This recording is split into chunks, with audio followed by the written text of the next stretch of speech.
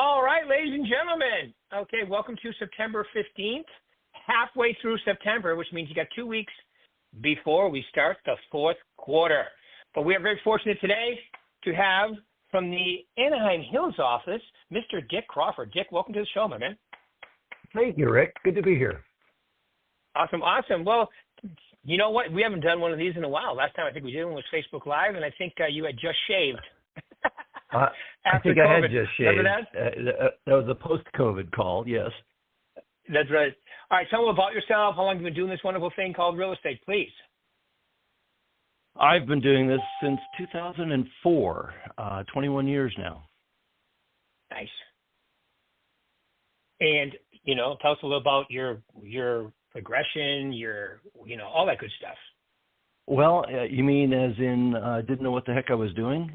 And then now I kind of think I do? Yes. I kind of think I do. Right. Although the market changes, and everything evolves and we have to respond. But back in 2004, I had come off of 20 years or so as an accountant. And so I decided I wanted to go outside and play. And sure enough, it was quite a different world outside. I wanted to just kind of be on my own, do my own thing, which definitely is what real estate affords us to do. So, but I didn't know what I was doing because I was an accountant for all those years, locked up in an office. They were sliding the work out the door and feeding me food, right? So now I had to go out and do it myself, and it was quite a change. But from a personality standpoint, I learned a little bit about myself and some of my strengths, and kind of put those to use and made a go of it. I didn't have a transaction. I had one transaction in my first 12 months in the business, and so that was a little bit of an eye opener because I thought, I can do this. This is not rocket science, and I'm not afraid of the numbers. So I just had to decide or figure out what it was that allowed me to do the business, and that was kind of the magic in it. And once I understood how I could do the business, then it became a little bit easier and certainly more enjoyable. Yeah, it's just for me, knowing you as long as I have, picturing, because you have such a big personality, people warm up to you. To see you just working with numbers all day and spreadsheets seems like a waste of your potential. But because not everybody can make it in real estate. It requires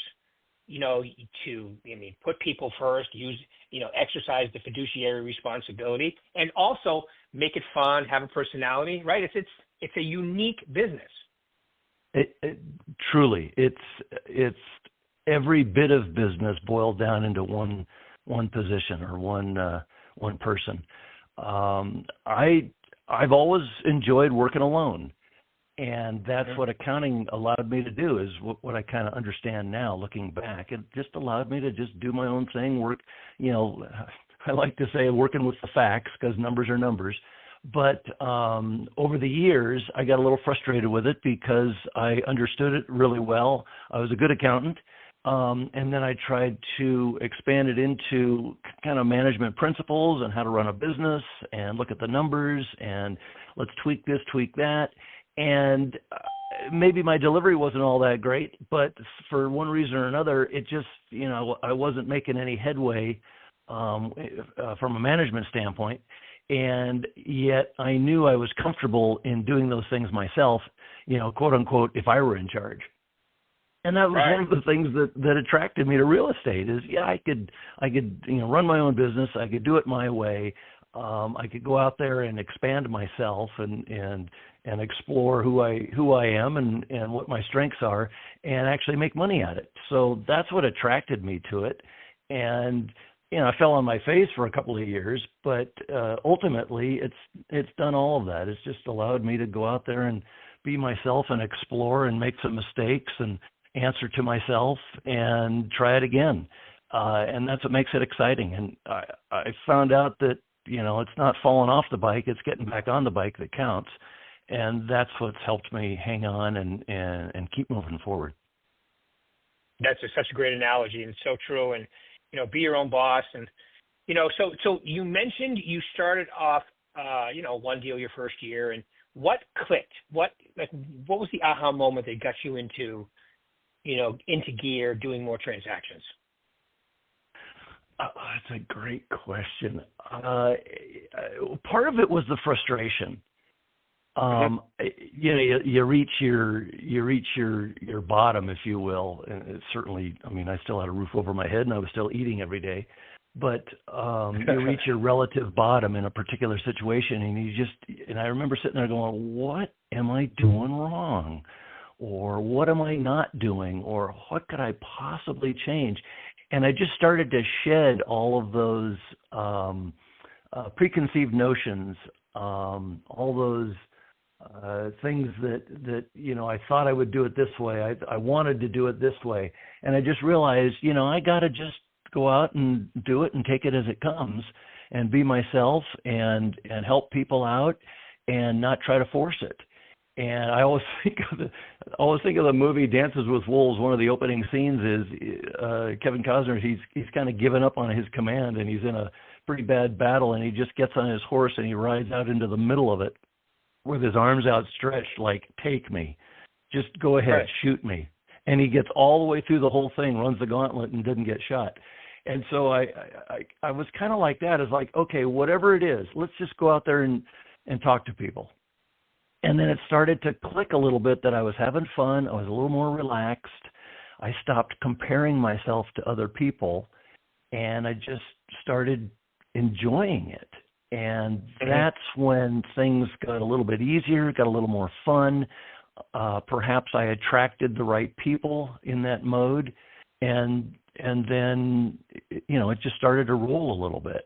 It might have just been the accumulation of time, but I also think that a huge ingredient was just that change of focus, change of view. Yeah. Plus, when you're not trying to force it, because sometimes forcing it comes across as desperation. When you're allowing it to happen, when people can tell that you're confident, you're competent, you're natural, you're enjoying it, they want to work with you because it's already a stressful situation for a lot of people, isn't it? Yeah, very. Oh, absolutely. Good grief. We always talk about it. Your biggest transaction of your life, and they want somebody. They want somebody they can work with. And what does that mean to them? It's different things for different people, but it involves elements of who's fun, who can I relate to, who's competent, who cares about me, things like that. Some combination of that, and who's not going to. Who's not doing this just to make a buck? Who's going to really look out for me? And that's what I kind of had to weave through and understand. And not that I, tried to cater, if you will, but we're all chameleons to a degree. We're in sales. But right. I just wanted to, came to understand that different people were looking for different things. So I opened my ears a little bit more and got out of my own portrait of what a realtor should be, and I just started listening to what they wanted a realtor to be. And sometimes it was a really good match, and sometimes it wasn't. And over the years, I've realized, or I've understood, how to recognize that good match a lot earlier in the relationship, and sometimes very early, where I just kind of back off and let them go their own way. Right. So it was a combination of those things, but mostly it was me just actually paying attention to them so that I could be a good realtor that they needed in the moment. Yeah, it reminds me of the video I did this morning. I call it inside out thinking versus outside in, meaning that you're responsible. If somebody's a certain way, well, you're responsible. You've got to deal with them the way they are because they're your fiduciary responsibility. You're not theirs, they're yours, right? So yes. It's not the world, it's you altering. And you said it too, chameleon. It sounds to me like you've just described dealing with different personality styles, which is definitely a trick at first, right? Until you learn it. Yes. And of course, we've all got our limits of our abilities, but I also add in there the limit of I don't want to say what's right, but just the limit of being yourself. So we're not all this or all that, and pick another realtor and you can see where your limits, you might be limited in, I can't go that far, I can't do that, I'm not good enough, or my skills aren't such that I can do that, my interests aren't such that I can do that.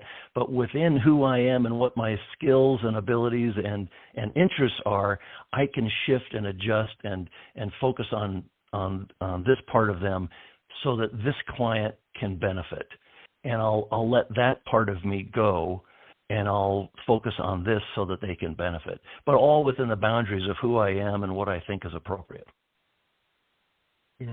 Which is such a stretch compared to dealing with numbers all day, right? You probably expanded everything about you, in those first few years in real estate, didn't you? Well, yeah, it's odd talking about yourself that way, but yeah, it kind of an explosion. Yes. And it was the scariest thing I've ever done. And I tell you, if I had seen the video ahead of time, I might not have continued. I might have put it on pause, and I'd be an old accountant right now, because it ended up being one of the scariest journeys ever. But those are the best. So those, you come out the other side with different levels of survival or success, but you do come out the other side and go, okay, that was a ride. That was interesting. And some of it was a lot of. What's that? Go ahead, man. I'm sorry. No, I'm sorry. Well, I was going to say, I'll tell you. Some of it was a lot of, you look back, some of it was a lot of fun, some of it was scary, some of it was maddening. But boy, yeah, I did expand, and I do have a completely different view of what it means to serve people, and a completely different view of success, which is probably a big part of what helped me along. And that's the journey. And if we put ourselves out there, it's scary, but boy, we're in for some real good learning about ourselves.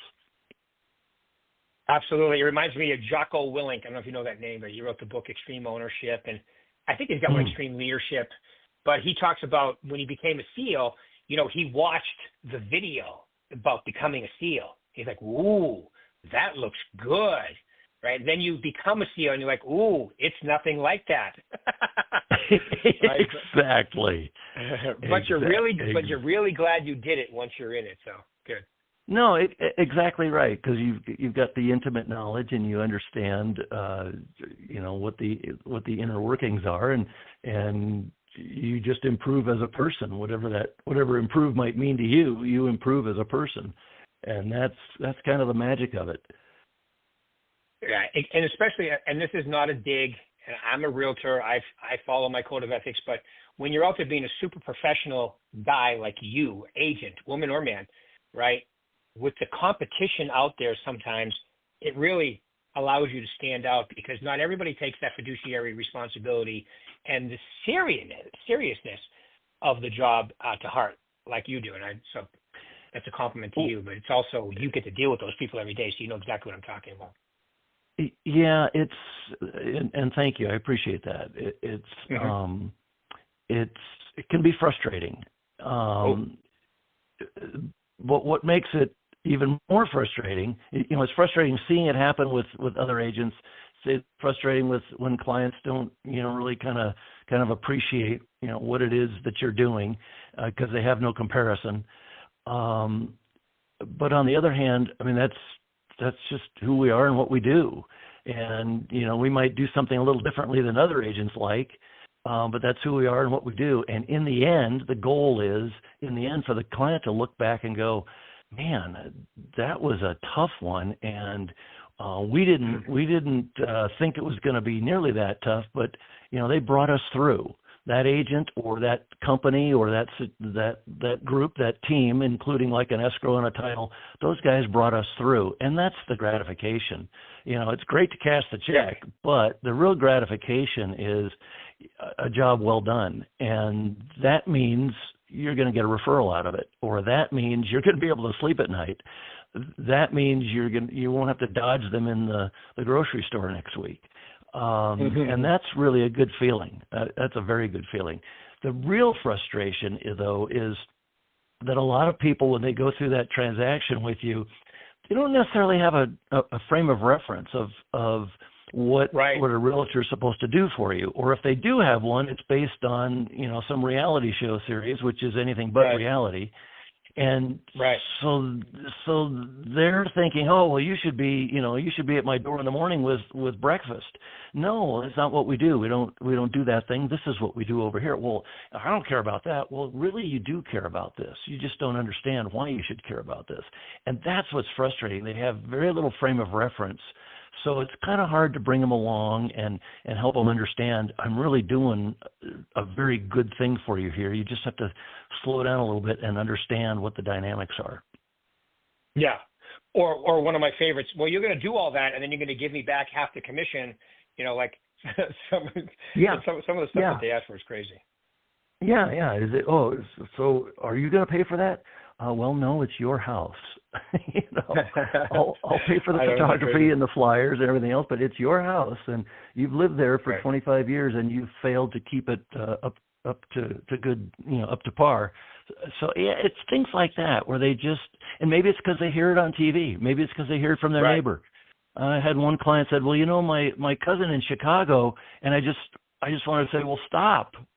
That's another world. You just don't understand. It doesn't work that way here. So it's very frustrating from that standpoint. But if you, get your patience up and you explain things to them and teach them and dig your heels in and say, no, I won't be doing that, it generally works out. And then you learn about yourself a little more and say, how could I, prevent that in the future?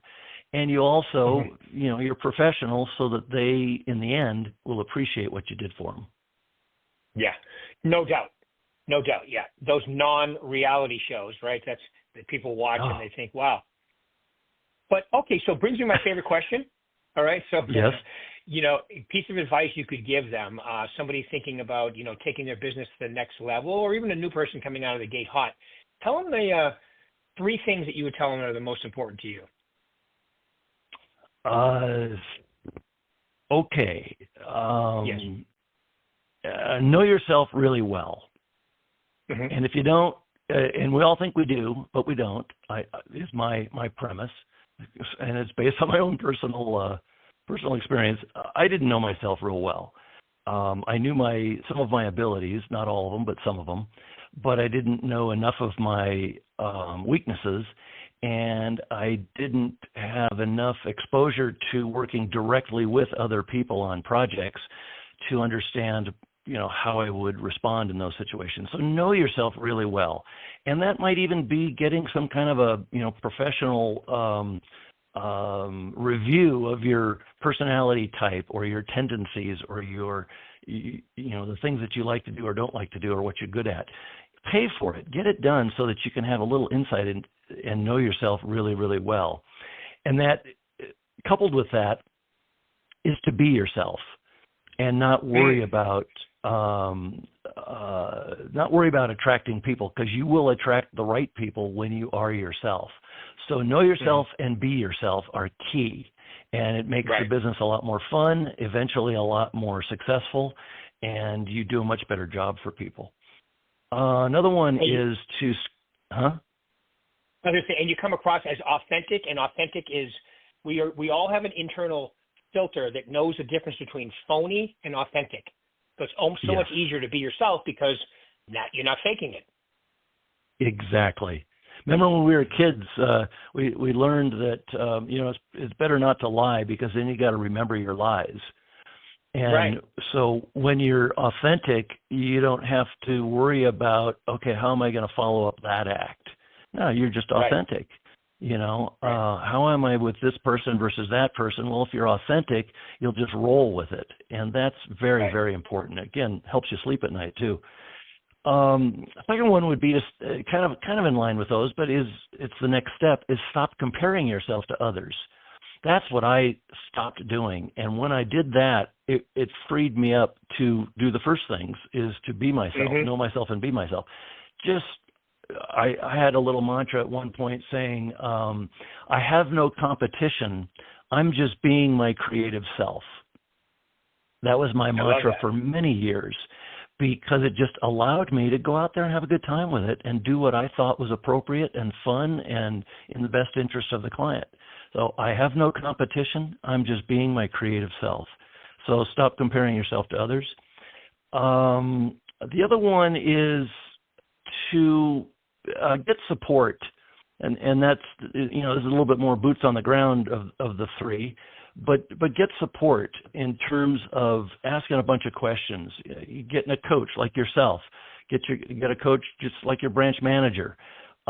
Get support so that you've got perspective coming from the outside, and you've got somebody to lean on. And in my case, my coaching history, if you will, I've had a few different coaches, and one of them along the way, before I met you, before I joined Berkshire Hathaway, got me onto the track of working by referral, and that coach, that coaching organization, who I still deal with, they helped me understand the benefit of working by referral, and I just think that's a very powerful way of doing business because it complements everything else that I've said. Because it ends up that I attract those people who are a good match for the way I work, and that makes it even more fun and even more successful and even more less drama, if you will. So know yourself, be yourself, and then stop comparing yourself and get a coach and work by referral. How's that? I love it. Wow, that's a lot of stuff. Yeah. You actually have two coaches, right? You're still working with Buffini, and you've even working together for, it's got to be like 7 years now. No, longer than that. It's always a debate. I can't remember when we opened up the Berkshire Hathaway office in Anaheim Hills. I think it's been 10 years, maybe 10 years for Berkshire Hathaway in California, right? So it's been 10 so I think years. we've been working. I think so, because I remember walking into that office and meeting you for the first time, and that was like on day 3 of you guys opening that office. I've been here 11 years, and we opened that in my second year. So it's 10 years. Yeah. There you go. There you go. Happy 10th anniversary, Rick. Thank you. Thank you, my man. Pleasure working with you. It feels just like yesterday. And when you say referral by owner, give an idea. So how do you work that to keep your business coming in? Give them a couple ideas. I go around and I see my best people. I've got what I call my paper route from when I was a kid, and I've got 120 people on that paper route, and I don't see them all every time, but I swing by and I see people. I used to do it like every other month, and to get some real traction. Now I do it maybe 3 times a year.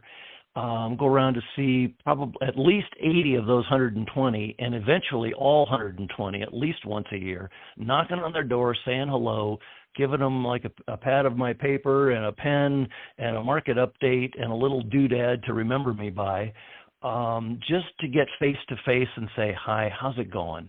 What's going on with you guys? Not to say, when are you moving, but just to say, how you doing? Anything I can do for you? Hey, do you have a neighbor who's kind of trying to figure all this out? Because the idea is, I'm never too busy for your referrals. Anybody you got, family, friends, church, work, anybody who's trying to understand what's going on in this market in Southern California, I'm here to help. I'd love to be a resource. And that has opened the door in a couple of different ways. One, people feel comfortable in the conversation. They don't not answer the door. Oh, it's Dick Crawford again. He's going to ask us to move. They answer the door, hey, Dick, how's it going? Because they know I'm not going to do that. So it's allowed them to be themselves, right?